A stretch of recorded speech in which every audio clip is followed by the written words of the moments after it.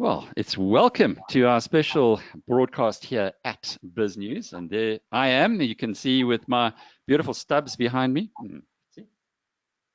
There we go. That is Jonathan Stubbs's Whistle Top, which is one of the great paintings of the world. Of course, it's a print behind, so not much from me. But we got the two principals, or two of the principals from OrbVest, Martin Freeman and Justin Clarke, who are with us as well. They're the guys that are going to be doing most of the talking tonight. Martin, I did promise the Biz News community that we'd go into a little bit of your entrepreneurial background after my note last night where I made you a co-founder of Transaction Capital, and quickly got emails from David Hurwitz, I think it is the current CEO, and Mark Lamberti, the other CEO, to say that he wasn't a co-founder.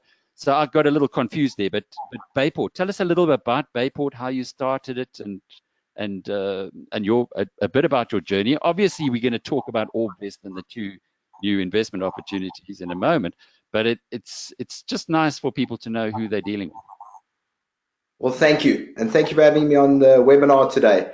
So I've been a serial entrepreneur literally my whole life. I'll fast forward to the phase of Bayport, where we started as a provider of credit. In 2004, we went through a meteoric rise, and by 2012, we had literally climbed to over 250,000 clients in South Africa. We had over 3,500 employees and agents, and we had 100 branches throughout the country. So it was a wonderful success story. You mentioned Transaction Capital. We had sold to Transaction Capital. They'd invested in acquired Bayport. They're a great group of guys. I have the highest respect for both Mark and David. And Justin Clarke has also got an entrepreneurial story of great interests, private property, something that we, Jeanette and I, have been looking at a lot in the last 6 months. We got our new home now, so we don't need to look at it again. But Justin, what brought you to that? Yeah, that was a very interesting story. So it's about 20 years old. We started, it's a typical startup story because we were a bunch of mates in the beginning without any clue what we were doing. The internet, no one even knew what the internet was. There was a couple of hundred people on the internet in South Africa, and it ended up in my garage. And everyone loves the garage story, growing out the garage. And the rest of it is history. We grew it over 20 years, and ultimately sold out to a consortium led by Caxton. A very interesting story, how to start an internet business before the internet. I always say there's two great questions that we used to have. We used to talk about helping people to sell their homes privately, and they'd say, great, how does it work? And you'd say, well, we put your property on the internet. The first question would be, well, what's the internet? And we say, well, what happens is we come and we take pictures with a digital camera. And they'd say, well, what's a digital camera? You got to remember where we are compared to where we were 20 years ago. It's quite astonishing. And of course, also in Johannesburg, where I am today, is our managing editor, Stuart Lohman. Stuart, do you want to go through the technicals to make sure everybody can hear us loud and clear? Thanks, Alec, and welcome all. Just quickly, there's a little high five button on your control panel on the right-hand side. If you can hear us loud and clear and see Martin and Justin, please, there we go, they're flying through the high five, so that's great. We also like to keep it quite conversational, as those who've been in a few of our webinars know. There's a little questions drop-down menu on the right-hand side. If you just pop your questions in there, Alec and myself will pick them up and throw them at the two guests today. So I think we're ready to rock and roll, Alec. Perfect. Stu, just for my edification, can you see the presentation we have on screen? It says OrbVest, investing in real estate globally. It looks perfect, Alec. Got two guests up top and presentation underneath them. So yeah, all looking good. Fabulous. Terrific, thanks. Okay, well, OrbVest, as you know, are sponsoring this webinar. They're our partners, a business partner of ours. And I have to get into the the reason for the presentation really is that you've got two investment opportunities. Martin, usually you guys only launch one at a time. Why are you doing two right now? So at the moment, we're very privileged to the fact that demand is exceeding supply. And since we've started to really expose ourselves across the media channels in South Africa and also in all our countries around the world, we're in 10 countries, we really have been raising equity investment into the real estate at an astonishing rate. And I think it all goes to the very concept of why are people investing and why are they wanting these kind of assets. And before we get into OrbVest, a little bit of my past is I was exactly like every one of your listeners. I was trying to find investments that were stable. I wanted to get a good return on my money. I wanted to get more than the banks were telling me, which was you normally should be very thankful if you get 4, 5, or 6% in dollars or pounds. And that led me on the journey of the OrbVest story, which is that OrbVest is a global real estate company that invests in stable income producing assets, specifically in the healthcare niche and in America. As part of the presentation, you'll see we have a disclaimer, because we are certainly required to always inform everyone that past does not equal the future performance, and that we will always try and disclose everything as best as possible and give guidance. The next slide obviously is something that we're very proud of. It's our journey to date. As you can see that we've now gone over, certainly people that are tracking us know we've gone over $300 million under management. At the current equity raise rate, we believe that within the coming couple of years, that will increase toward $1 billion under management. Currently, we manage over 1 million square feet, and our buildings are 95% leased. That a target of $1 billion, and really the story of OrbVest, the way you've explained it to me, is that you guys started by looking for investments for yourselves. You entrepreneurs, you wanted to get some money offshore, and then you got into real estate, and particularly into that medical niche. Why do you give yourself a target of $1 billion by 2025? So I think anybody that knows me likes to know that I really love to grow businesses and I love to grow people. And I think that we're just very fortunate that we've hit into a niche that is just in such high demand. Our current equity raise right now, if you take, for example, that we would raise, call it $40–50 million per annum, and that's from around the world, and that's over a number of projects. And if you purchase a building on the basis of a 65–35 debt to equity basis, that means that you will acquire $150 million of assets per annum. And if you take that over 5 years, together with our current portfolio, it gets you to $1 billion. I do believe $1 billion is a significant player and certainly raises our profile even in the USA. Currently, right now, we're exceeding all targets that we've set for ourselves. So it's very exciting. Just looking at this chart that we got on the screen, Med 1. We're now today talking about meds in the mid-20s. Is that the way it works? That you have each time you have a portfolio, so it's Med 1, Med 2, Med 3, etc., that you call it a new name. Why not just put it all into one big pot?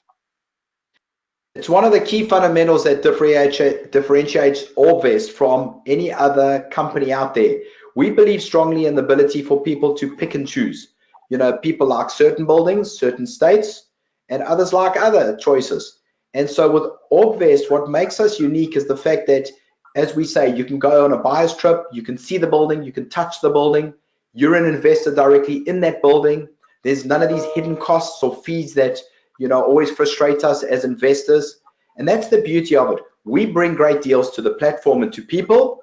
Each person can invest from as little as $5,000 and earn 8% cash on cash and total returns of 12 to 17%. And they can have individualized buildings. And so we hope to very soon have Med 50 on the platform. Equity raised from 10 countries. How much of the equity that you've raised, that $300 million, has been from South Africans? So when we started, it obviously came primarily from South Africans. That then spread to China, Brazil, Israel, and many other countries.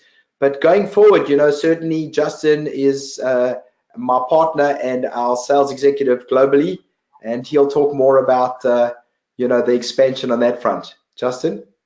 Yeah, I guess the big thing is that we realize that a lot of people like South Africans, especially in the emerging economies, have the same problem that we have. They are looking to preserve their wealth and just have a backup plan. And China has grown exceptionally fast. In Med 25, our last project, they took up nearly 40% of the equity, Alec, which is huge. And the other one that's coming very fast is Brazil. It's incredible. We haven't actually scratched the surface, and we realize these people are in a very similar situation to us as South Africans. Something we haven't mentioned is that Martin's actually based in the US. Are you there talking to us from America right now, Martin? Live from New York, USA, with about -4 degrees outside. Oh, poor you. Okay. But at least it's not -4 degrees inside. But and you're in C2 in the USA, so you can go and see the project. So, Alec, that's also part of our history. As a South African, I felt very strongly in the concept of you need to have someone on the other side of the world that you can really look in the eye, you can trust, you can know they're a custodian of your money. Myself and the team and Michiel and the others in my team, Lo, we spend a lot of time traveling around the world, actually meeting people, and they know the kind of person they're giving their money to. They know the kind of person that is managing their money around the world, because that's what it is. A lot of this goes down to the fact that you have to back the team and trust that people have sufficient skill to be able to find the right assets and manage those assets and manage your money.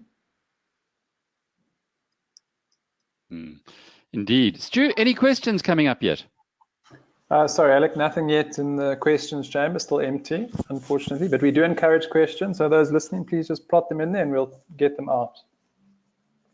Okay, I've got a couple of questions that I'm going to bring to you in a moment, but let's just go into the first of the projects, Medical 24. So from what I understand, this is the 24th pool of funds or investment opportunity that you have launched. Martin, do you want to just tell us about this one in particular? It's in Atlanta, Georgia. I did have one of your critics who came back to say, but hang on, these guys are actually buying properties from their own investments, from Medical One, that you're buying the properties that already exist in that and putting it into a new investment. And the criticism there was that the original investors who went into Medical One are now being paid out by new investors. And he was really sharp. He said, or sharply critical, he said, what's the difference between this and a Ponzi scheme? So quite a few questions there to address. That's a good one. Do you want me to take that one, Martin? You can chip in a bit later on, but I'll explain a little bit how the project works, Alec. So first of all, I think for the investors, they need to understand that we work in a very strict mandate from our investors. We are effectively the caretakers of the property for the period of 5 years. And at the end of the 5-year period, we are mandated to sell that property. In the case of, and you mentioned the very first project that we ever did, Medical One, it is now over 5 years, and we did find a buyer for the property. In fact, we sold Medical 2 with Medical 1, and at the 11th hour, we actually pulled the 4 buildings out of that particular sale because they negotiated a discount based on the fact that the leases were short, and of course that was why we pulled them out. So let's look at those buildings for a second, Alec, because 3 of those buildings have the best tenant that you can find, and that's the US government. They are tenanted by the Veterans Association, which is a massive organization that looks after veterans, military veterans that have medical issues. So they are fantastic plum buildings, and we didn't want to just sell them at a discount. So what do? We end up with these buildings. We need to go through a process of renegotiating the leases, and perhaps I should say that the US government changed their strategy to allow long leases for the Veterans Association. So we now have confirmation that they will sign a long lease, but it'll take us 6 months to get that together. So where do we house these buildings in the meantime? Well, the obvious thing was to look for another portfolio that is maturing in the next 2 or 3 years and buy those into that portfolio. So that's how it effectively worked. That is not our modus operandi. Normally, we offer the buildings on the market and we take the highest bidder for that particular building. But in this case, special case, superb buildings, we certainly didn't want to let them go for a discount. We found a third-party valuer to come in and tell us what the price was. We got our Medical One investors to agree. And so, it's kind of a win-win for everybody. The investors coming in get great buildings, and by the way, we lump them together with the 2 other buildings in Medical 3 to make a portfolio of 6 buildings overall. So it is actually a really nice product that we're offering. And yes, it is slightly different, but certainly not a Ponzi scheme. And Alec, I'd So just like what to about add to that, that. that criticism, though? Well, you know, that, because clearly with the Ponzi scheme, people raise money to pay existing investors. Did you think this one through? That you, because if it's the first time in what 25 projects that you've done this, did you consider the reputational issues that could accompany it? Yeah, Justin? I think that that in this case, new investors coming in know what they're investing in. The old investors are being paid out. I don't think it's we certainly didn't think of it as a reputational issue. It's very transparent, and everyone knows how the funds are flowing. So Alec, from my side, I'm actually quite excited about this deal, because what you've got is you've got a group of investors, of which, by the way, I'm one of those investors in the original group that's acquiring. And so what happens is that group of investors is acquiring a stable income producing asset at a market related price that has been done by CBRE, who gives an independent valuation. We raise brand new equity. It comes into the deal, and the deal is a superb deal. People are going to be earning above 8% cash on cash.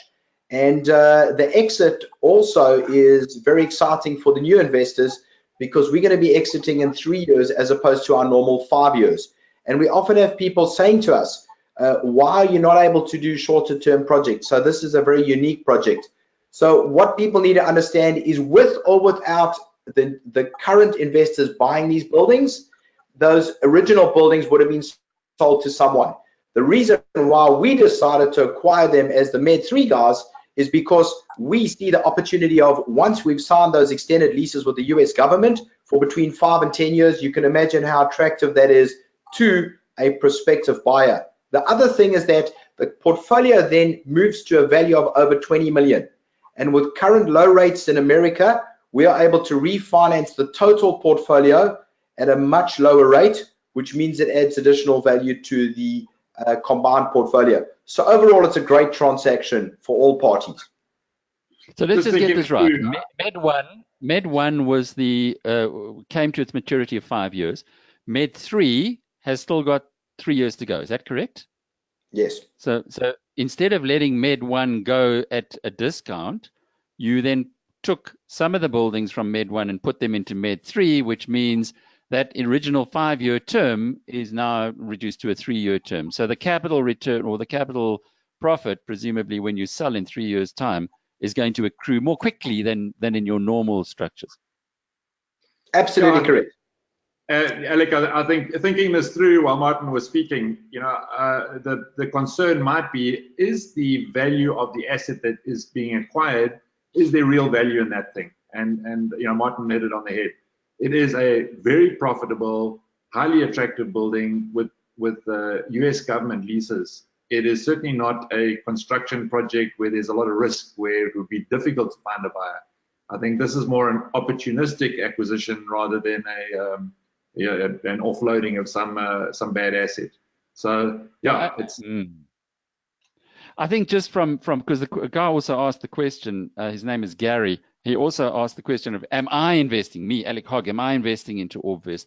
And me, Alec Hogg, is investing into business. So as anybody knows, when you have your own business, I think I've got a new equity partner. Who knows? I might do a little bit of investment with you guys in future. But I would certainly put money into OrbVest if it wasn't a great priority at business. So that, Gary, is the response to that. One other thing, what makes it different to a Ponzi scheme? Of course, a Ponzi scheme, you'd put it all into one big pot. You wouldn't have 25 different units, because if you've got 25 units, you can't really shuffle the money around. So if you were looking to a Ponzi scheme, it would be a very different structure. Otherwise, or else, if you're running a Ponzi scheme this way, it's a really dumb way of doing it. So maybe that kind of clarifies it. Maybe we should explain that a little bit. I don't know if we covered that. Each building is completely ring-fenced, so it stands aside from any of the other buildings. If one building performs badly, God forbid, it wouldn't affect any of the other buildings in the portfolio. You know exactly what you're getting into. Everything is in the prospectus. I think we haven't mentioned that we actually take that building and we list the opportunity on an exchange. and we have to comply with all the same regulations as any exchange, same as the JSE. And so there are financials that have to be produced every 6 months.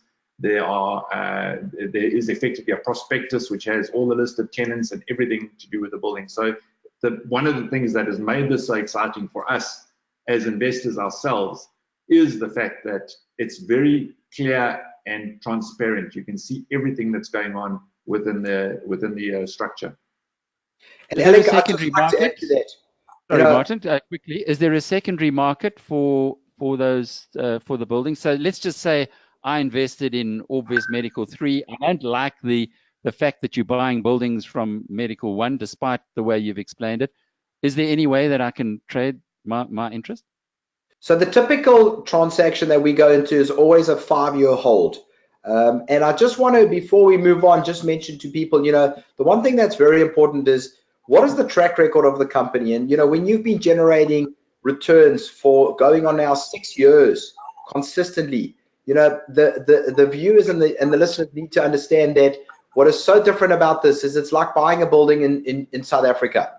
You get rental and an income statement every month, you get expenses, you pay your mortgage or your debt, and you're left with an amount, and that then accumulates and you pay it out every quarter.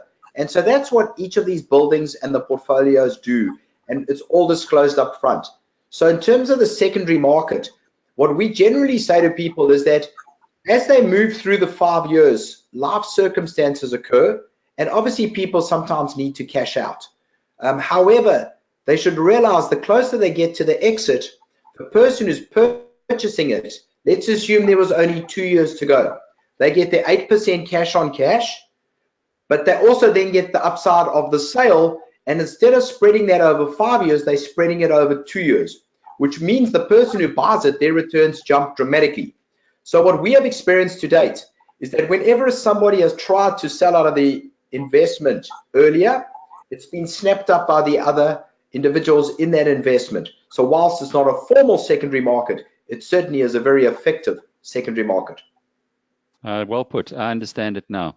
Okay, let's just to finish off with this one, Justin, if you would, with 24, because we obviously want to go into the other, your trophy asset, as you've called it, or your trophy building. How much equity are you looking to raise, and how do people participate? So this slide basically sums it up. These buildings are all spread around Atlanta. Atlanta is one of our favorite cities. It's in Georgia. The fundamentals are excellent. And I think, we haven't really talked about medical, and I don't want to get too much off your subject, but, the hyper focus on medical is because there is such an expansion in the aging population in the US. I think it's anticipated that by 2050, there'll be 80 million people over the age of 65. And one of the stats, Alec, is that people over 65 spend 5 times more than people under 65 on medical. So there's this fantastic balloon happening. At the same time, we're in Atlanta, which is a growing city. It is the biggest airport in the world, and I won't spend too much time telling you all about it. But so we love the state. We love the city, and of course, our medical focus. That's the first thing. The second thing is the actual. There's a beautiful slide which illustrates it. So going down to the actual investment, it is. Do you want to go one slide back there, and we've got the summary of it. In fact, yeah, just roll further forward, and I can give you a bit more detail. So these are the buildings. If you just roll forward, Alec. Okay, there we go. Just keep going through. Yeah, so these are the buildings. This is the Blairsville building. Next one. So this particular one is a Veterans Association. McGuinness Ferry, and there's a dentist. And just roll through them quickly. I don't think we need to spend too much time on the actual images. That's the campus, which includes a VA building as well, Oak Hill. And then the beautiful Swan building, which is part of the Medical 3 portfolio. So those are the actual buildings, but just carry on, and I'll show you how the returns work. It's great for the, I think, move from that. Yeah, maybe worth just talking about this for a second. So when you come into an investment, specifically a commercial property, if you're not familiar with commercial property, there's 2 things that you need to consider. One is the NOI, or the rental less the costs of operating that building. And the other one is the cap rate, which is what the market sees that the value of that particular building at that particular point. What we do is we do modeling to try and ascertain what the cap rate will be. As you know, that is a look into the future, so it's not a guaranteed science, but we always err on the side of conservatism. If you look at the blue line, we anticipate that by exit, cap rates should be sitting at about 6%, and you can see it actually, the buildings become more attractive, and then we anticipate a bit of a recession, and that's why they've grown a bit. But we take our numbers from 6.6% cap rate. Remember, the higher the cap rate, the less attractive, or the lesser price you're going to get for the building. So those are the two fundamentals. So one thing we do is we work on getting the income of the building up by converting it to medical, or escalation of the leases, or filling vacant space. And the other thing is that we are trying to anticipate the cap rate at exit, and we hope that the cap rate will be better because of the fundamentals of the building. So I think that's an important thing to cover. But just let's move through to the... And Justin, while we're moving through, you know, one of the things that we often state to new clients in OrbVest is you should try and really diversify. And one of the things that we really do push is we believe that you shouldn't put all your money into equities, and conversely, don't put all your money into real estate.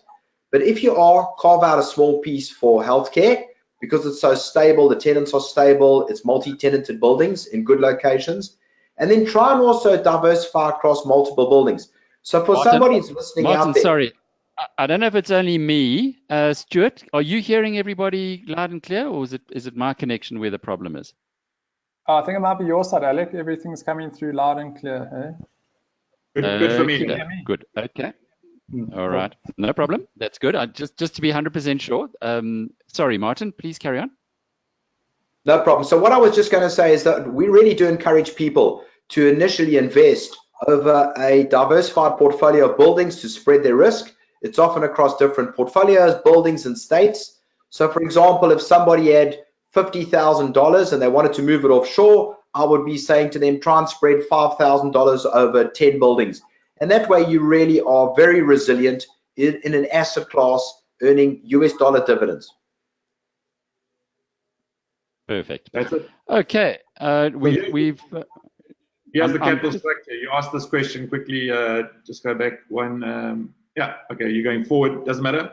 So yeah, I need to, because we're pushing the time limit here, Justin. But is there, because we got a whole nother project to talk about? No problem. That's why I'm trying to push through these. The details, obviously, one can go into in some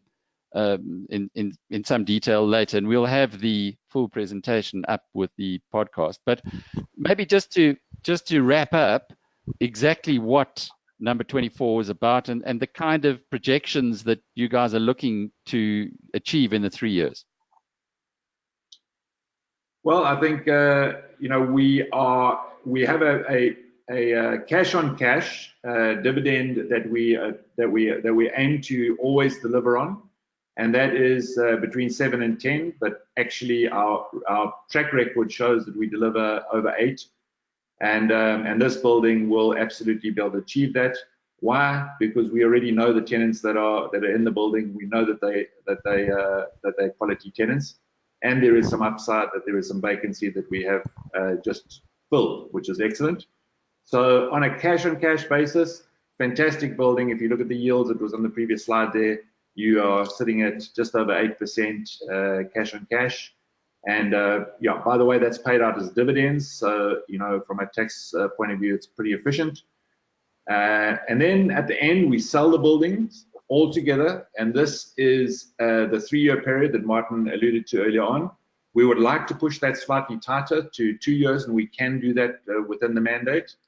Then we sell the building, and the capital growth we then share between ourselves and the investor. And this is super interesting, Alec, because this is where we are so aligned with our investor, because this is where the company OrbVest actually gets its money from. It profits when the property is ultimately sold at a profit. So you as an investor would get a share of the capital gain, and it normally adds between 3 and 6% to your investment per annum. So it takes your IRR up from 8% up to somewhere between 13 and 17%. In this case, we are anticipating we'll end pretty much between 13 and 17, depending on if we can squash it down to 2 years. So that's basically how it works, and I hope that answers the question. Yeah, just so that I can understand a little bit better, you had these buildings in your first in Medical One. They were going to be sold at a discount. You then got hold of them, or rather put it into this one, into Medical 24, on the basis that you're going to upgrade the leases.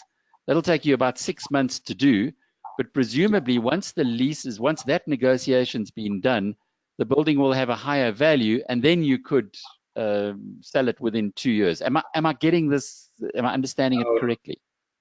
Alec, you should be on OrbVest side, not on BizNews' side, because that's absolutely right. That's why if we do it over 3 years, the IRR is in the 13 percentile. If we do it over 2 years, it accelerates the thing, and it looks really, really exciting if we do that. Got it. All right, so let's get on to the next, the other project. And as you mentioned at the outset, it's unusual to be marketing two at the same time, but I get it now. I know why 24 is the way it is. This is your newest project, 2 Forest Plaza, Medical 26. And there's the building. It'll come up on your screen in a moment. It looks pretty high quality. I think it was, when reading through it says there 11-story, nearly 200,000 square foot. What's that in square meters, just so South Africans can get a better feel? I think it's 10 square foot to the square meter. So the 200,000 equals 20,000 square meters. Okay, so what building, what well-known landmark would? Yeah, I normally love to tell you. What well-known landmark? I'd love to tell you. Just to get an understanding, get an understanding here. What size roughly? Is there a landmark in South Africa which is a similar size building to this? Just so that we get a feel of it. I wouldn't be able to comment on something in South Africa, but just think about a significantly sized building. You know, you're talking about something that's 11 stories tall. It's in a absolutely prominent location in Dallas, Texas. It's right next to City Medical, the hospital campus. So it is a significant asset, and we're certainly very proud of the fact that we've managed to get our hands on this and acquire it. There were a number of bidders who were bidding for this. One of the reasons why people often ask us, how do you manage to get these kind of assets? We have an incredible reputation. We've never not closed on a deal in the 5 years. And so what that does is it's positioning OrbVest as someone you should rather sell to versus potentially other people in America, because it's quite common practice. People sign a letter of intent and 60 days later they renege on the deal or they walk away. And so as South Africans, it's something we will entrench going forward. When you do business with us and we commit to it, we commit to it.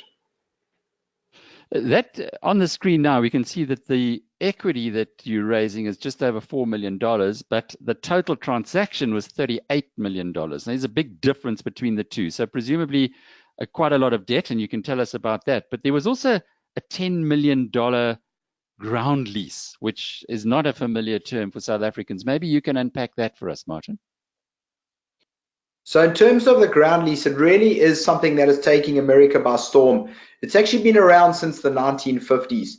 You know, if you look at a typical piece of real estate, you have a very stable asset that sits on top of a piece of ground. And what's always happened is that the ground is a 100-year type scenario, whereas the asset on top, while it's stable, is more of a short term, talking about the decades. It changes, it gets renovated, it gets bought, it gets sold. And so in America, what they've done in terms of the capital stack is they've separated the two. So you can acquire a piece of real estate like this, and then what you do is you sell off the ground, which means then that you are able to reduce your debt to equity scenarios, because what the banks are prepared to do is they are prepared to stand behind the ground lease. So in simple terms, if you had a building that is 30 million and you then sold off the ground for 10 million, you would be left with 20 million. We then do it on a 65-35 debt to equity basis, which means you would have a 14 million debt and a 6 million equity. Overall, it makes your ratios very strong. And also what happens is it just brings a lot of resilience to the transaction. So why would someone buy the ground? What return do they get on that? So the return on the ground lease is actually extremely conservative. It's generally the insurance institutions across America. What they'll do is they'll go in and they'll offer you the money at, call it 4.5%, 4% over 99 years, escalating at a very small fraction.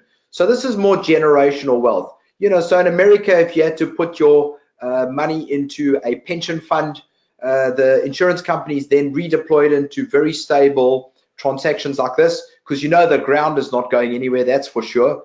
And so they'll just get a consistent return for 99 years with pretty much zero effort and zero risk. But who pays them that? Do you, as the owner of the building, actually have to pay rental to the people who own the ground? The one thing in America is that the buildings are bought and the buildings are sold as part of the net operating income. Justin spoke about the NOI. So as part of the transaction, all that happens is instead of including debt or a mortgage to someone else, you include the amount of the ground lease in your costs. Okay, so you would then pay the insurance company that owns the ground? Yes. Okay, got it. All right, it was a little confusing. Sorry, Stuart, I haven't brought you in. Do we have any questions from those people who are attending? Yes, all good. Thanks, Alec. There's an interesting one from Norman. He says, if Elizabeth Warren gets the Democratic nomination, she has plans to abolish private healthcare in the US. Were that to happen, how would it impact this investment? I don't know if anyone can answer that, but yeah. Sorry, Martin, did we lose you there, or did you get that about Elizabeth Warren and So I think the one thing that we're very privileged of is the fact that the US economy and the fundamentals of the economy are so stable. I don't believe that there's any changes looming in terms of American politics that would affect real estate in terms of what we are acquiring. Yes, there's a lot of talk about changing healthcare, but you know, they've been trying to change healthcare and reduce healthcare costs for decades. It's a very difficult thing to change in America. 93% of Americans are covered via Medicaid, Medicare, or private insurance. I think it's also good to add, Mart, that if you look at the leading Democrats at the moment, they're talking about free Medicare, free Medicaid. And what will that do? It will increase the demand, not reduce the demand. Secondly, the hospital networks are more expensive than the medical practitioners operating out of private offices. So from a cost point of view, if you want cost reduction, you push the patients to the medical offices as opposed to the hospital structures.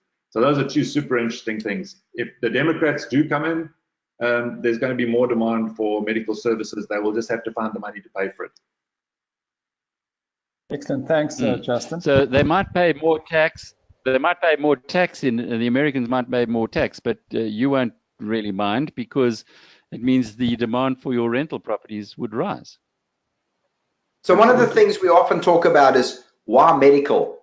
And again, it's important to say, you know, any country in the world has your doctor or your dentist moved in the last 5 or 10 years. They're very stable tenants. And the one thing also is they're very profitable tenants. And no matter what anyone does to change it, you know, if your child or family member is sick, you have to go visit your medical practitioner. And so that's the reason why we're very comfortable with our tenants and the kind of niche that we've chosen as OrbVest. Great. Stu, more questions? Yeah, I got another. You mentioned the dividend tax. Ed wants to know, obviously, when you sell out at the end of the project, is there CGT involved? Capital gains, obviously. We hate talking about answering tax questions online. Obviously, we're not tax advisors, and we do recommend that you be very careful with dealing with tax. But to answer that question, no, the property is sold in the company, and the distribution is a dividend.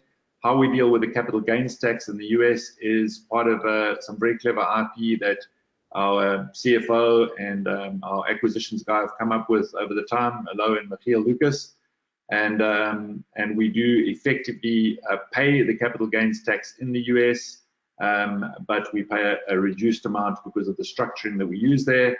And you know, we can certainly share that one-on-one in a conversation with you. But basically, to answer your question, capital gains tax is taken into consideration. The funds that you receive would be, if you're an international investor, would be into the Seychelles tax-free. When you when you bring it back into South Africa, you would obviously pay your dividends tax on that. Excellent, thanks. I've got one more if you want, before you move forward. Alexandra just wants to know, how are investors protected from risks, for example, defaulting tenants or environmental factors? Yeah, I'm taking the limelight from you, Martin, a little bit. I think we've got a great slide that actually shows the complete tenant role. And one thing that we do is we only buy multi-tenanted buildings. We do not like single-tenanted buildings.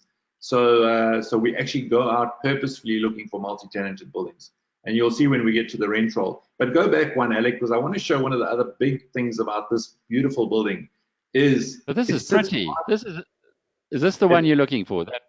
The one coming up now. That one. This is the rent roll. So if you have a look here, this is the. So if you look at the red bit there, this is the opportunity. The opportunity is that there is some vacancy, and the vacancy is office tenants that we are going to replace with medical tenants. How do we do that? We have a partner on the ground that's one of the biggest players in the space, and if you want to go and look at it, look at lincolnharrismedical.com.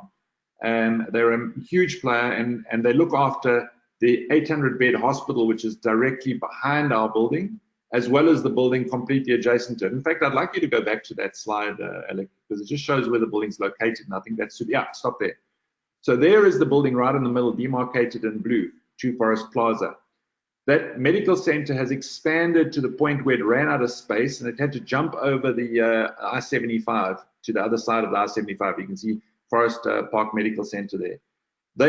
Lincoln Harris actually look after that particular building. They are the administrators of that property. They're also the administrators of the property just to the right of us, the little black building with the parking lot there. So this was a complete plum. It's right in the in the center of the area. They're very confident that they can tenant up that 20% vacant space, and that's the value add that we look at. Now you can go back to the rent roll, so we can so that your person asking the question, Stuart, can see the tenant breakdown. Alec, before you also move on, one of the things I'd just like to mention is that this is not Justin and I buying real estate. We haven't spoken about our partner Henny Besuidenhout, who's been in the real estate game in South Africa, got a huge portfolio in the healthcare space for 30 years. We've got an independent investment committee that makes all the necessary decisions, a wealth of talent on that investment committee. They've been in the game also for many, many years. And so they really are extremely thorough in terms of environmental, in terms of all kinds of risks, in terms of literally 100-point due diligence that we have to go through. And they really do make it quite difficult. But again, they also allow us the comfort of knowing that when we go into something, we've checked all the necessary aspects of the deal. Stu, have you got any more questions that you, or hang on, sorry, my apologies. Justin, you wanted to talk about these tenants. Oh, yeah. So you can see from the tenant breakdown that there is a large tenant called New York Life Insurance. Just happens to be an absolute bankable, fantastic tenant that's been there for 22 years. They've just spent over $1.5 million on renovating their premises. And our initial idea was that we would like to replace them with medical tenants, but they are very keen to stay on in the building. So I think our decision is that we will retain them. It is a blue chip tenant. We're quite happy that we have a maximum of 40% office tenants because of the quality of the office tenants. So just from a return point of view, Alec, we have budgeted on replacing that massive tenant. You can see they are a big chunk of the building with medical tenants, and we actually don't need to spend that anymore. So it makes an enormous improvement to our, number one, capital stack, and number two, to our vacancy, our allowance for vacancy that you'll see in year 3. So that's really it. And you can see some of the leases that are being re-signed or being re-signed at 10-year leases. The other thing also, Alec, from my side is that, when we acquire a building, we physically go to the building. I've been to this building. It is just an absolutely beautiful building. I think most people in South Africa and around the world, when they see these kind of assets, we call them a trophy asset because they really are just that. Diversified tenant mix in a prime location with all the fundamentals in place in a state where you have high growth and low unemployment. So if you cast your mind forward in 5 years' time, there's every kind of logic that says the building will have held its value, if not appreciated significantly. Mm-hmm. Okay, Stu, do you have any more questions? No, that's all for now. Thanks, guys. Perhaps we can just wrap up then on the second one, on the Dallas building. It does have the potential upside because of the relatively high vacancy rates. Has that reflected itself in the purchase price of the building? Yeah, if I can answer that, the value of the building, the replacement value of the building to build something in the US, the building cost is around about $300,000 per square foot. Sorry, yeah. Our purchase price for this particular building was 155, so we're buying it at a considerable discount in terms of the actual structure of the building. So we were looking at a vacant building. That is certainly where we look at the fundamental value of the asset that we are acquiring. And since we have made the acquisition, we did a very detailed investigation into the maintenance over the next 12 years. We always do that. And the report that our partners came up with indicated that there were some expenses that we would have to incur that we hadn't budgeted for. And there is a conversation going on with the seller right now to try and reduce the purchase price by that amount. So we always make sure that the price we're paying for the building is market related and the fundamental value of the asset is great, Alec. That's what's important. And this is also, I think you did mention earlier, 38 million rand investment, the building as a whole. Did you have other bidders that were trying to squeeze in? Absolutely. Yeah. So the first thing is that $38 million, sometimes I have to remind myself, Alec, that it is more than R500 million, which is significant. But the one thing also you get very used to in America once you've been here for a couple of years is that dollars is dollars. And so it is $37 million in total. We actually have, the debt and equity lined up. We're very excited about this. We'll close it very quickly. The demand on something like this is strong. People who are existing clients understand that these kind of investments are great and stable. So that's really the story of Medical 26. But again, I would be saying to anyone listening out there, take your investment, invest it into these two, see how we perform. No doubt you'll be back and you'll then invest into another and another. And especially given the possible correction that may be around the corner, we really do believe that we offer a good alternative for what may be coming down the road in terms of, at this point, possibly overinflated equity markets, etc. And the returns that you're working in on the Dallas project, in other words, Medical 26? If you go back 2 slides, Alec, what are you projecting for investors? For your investors to actually see the breakdown, gives you a little bit more detail. But again, once again, our targeted cash on cash dividend, we try to make sure that we can stick to the 8% plus. And you'll see a little bit bumpy in the beginning while we allow for a period in year 1. If you look at the 6.5 there, we have a little bit of a dip in year 1, then we catch it up in year 2. And then year 3, we were anticipating that we would replace that big tenant, New York Life. And the decision really is that we're not going to replace them. We're going to keep an office tenant because they are a blue chip tenant and they want to stay. So that'll make that flatten out really, really nice. Look at those yields, 9.1, 9.4. And if we can get rid of that bump over 7.4, it will be a highly, highly profitable investment.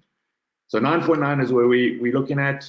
By the way, you should look at the lower one because the top one is for US investors. We do allow for US investors to come in.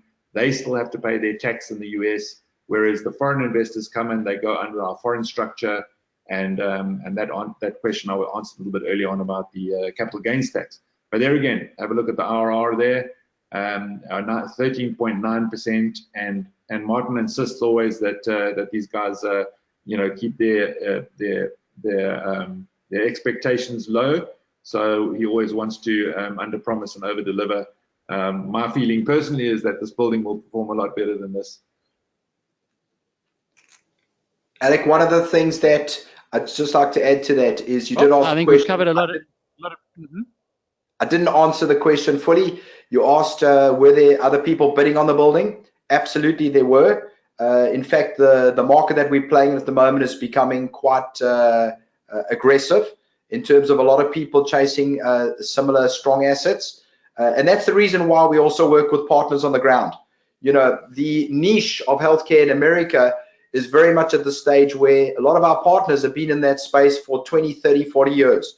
And so they're able to find these assets very much off market, or alternatively, if they are bidding for it, they know the sellers well.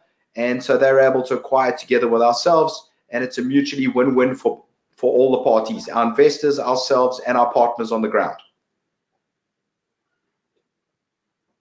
Thanks, Martin. We've covered a lot of ground, and we've come to the end of our discussion for the evening. Stu, unless you've got more questions?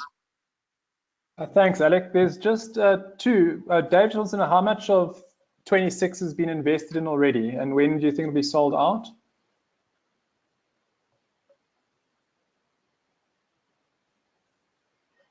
Justin?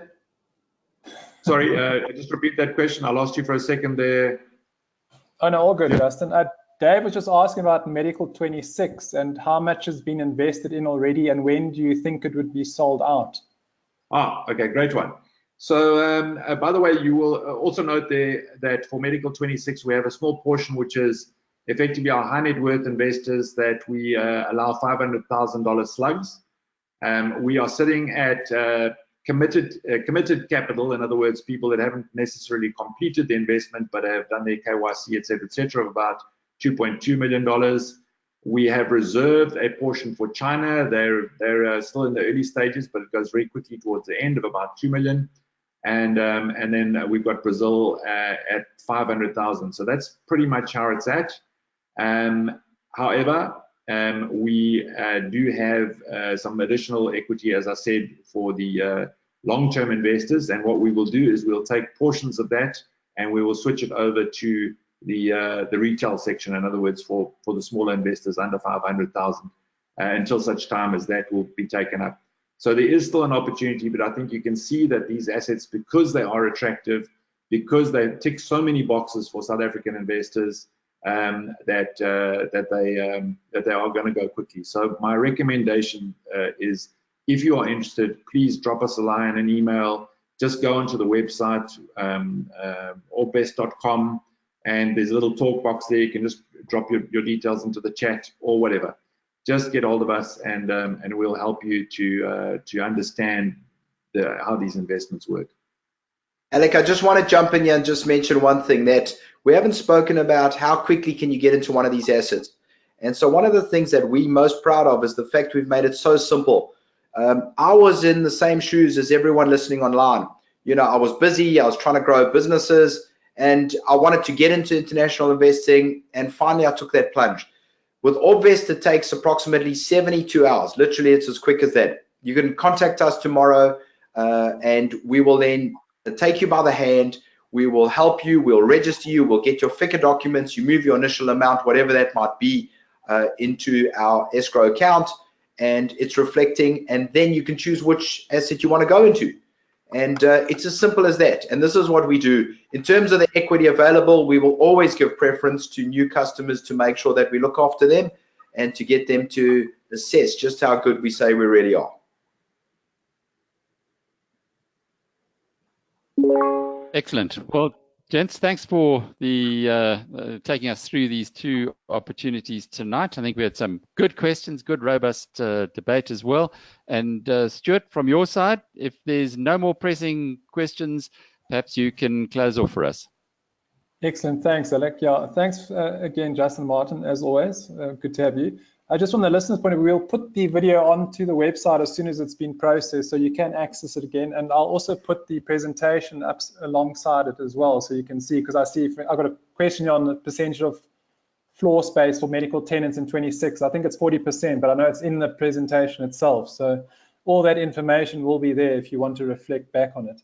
And yeah, we'll do that as soon as possible. But other than that, I think it's all good from my side. And your guys, Justin, Martin? Thank you, Stuart. Can I just do a little additional promo, if you don't mind? Just humor me for a second there, Alec.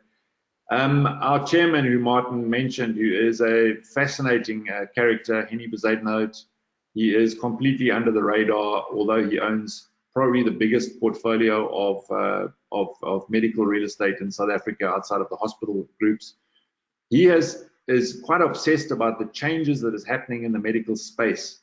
And he takes an annual trip around the States, and he looks at what changes are happening to see where we can best surf the wave, if you can put it that. We are doing a webinar on the 20th, which will be presented by him. He's just come back from a 6-week trip around the States. He attended Singularity University, the disruptive medicine conference that they just had. And he's full of all sorts of really fascinating information. It will be completely geared towards medical, the changes that are happening in the medical space, and will be a super exciting, interesting webinar. Maybe even good, Alec, that you do a little video or a little interview of him now that he's back. But that is happening on the 20th. That is next week. And just from my side, Stuart and Alec, as always, thank you for your support and allowing us the time to be online with you. Thank you. Thanks, Adolf. Good evening.